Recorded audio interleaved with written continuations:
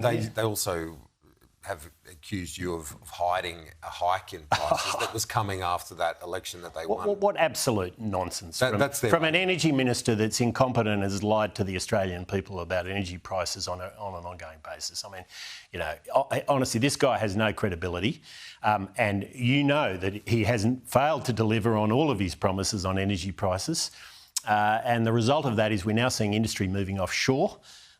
We are deindustrialising at a rapid pace, and we're seeing do you support this lifeline to Glencore in that it's keeping that sovereign capacity here? As I say, what I support is getting the fundamentals right so we've got competitive industry in this country without government subsidies.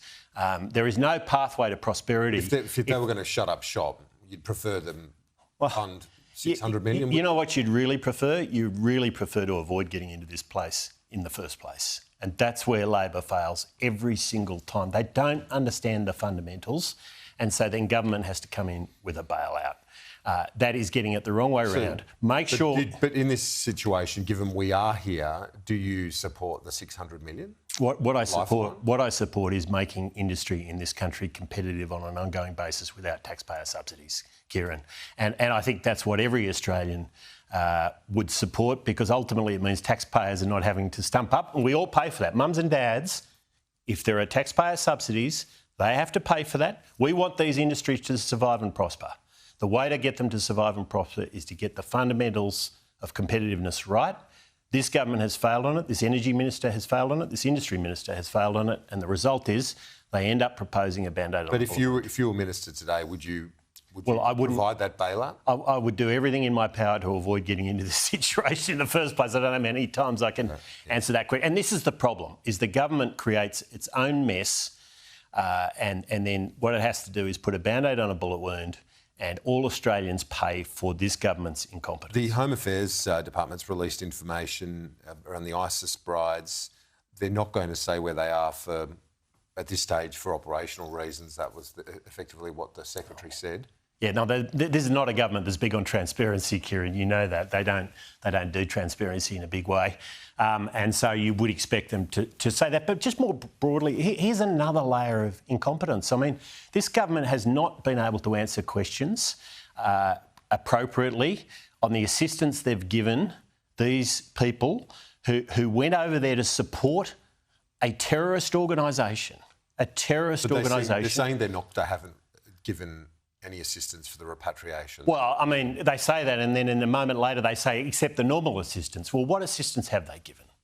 And you've got members of the government out saying different things on this. They need to come clean about the assistance they've provided, and also what they could have done to not bring these people back into the country. I mean, temporary exclusion orders, what role could that have played? What consideration has that been given?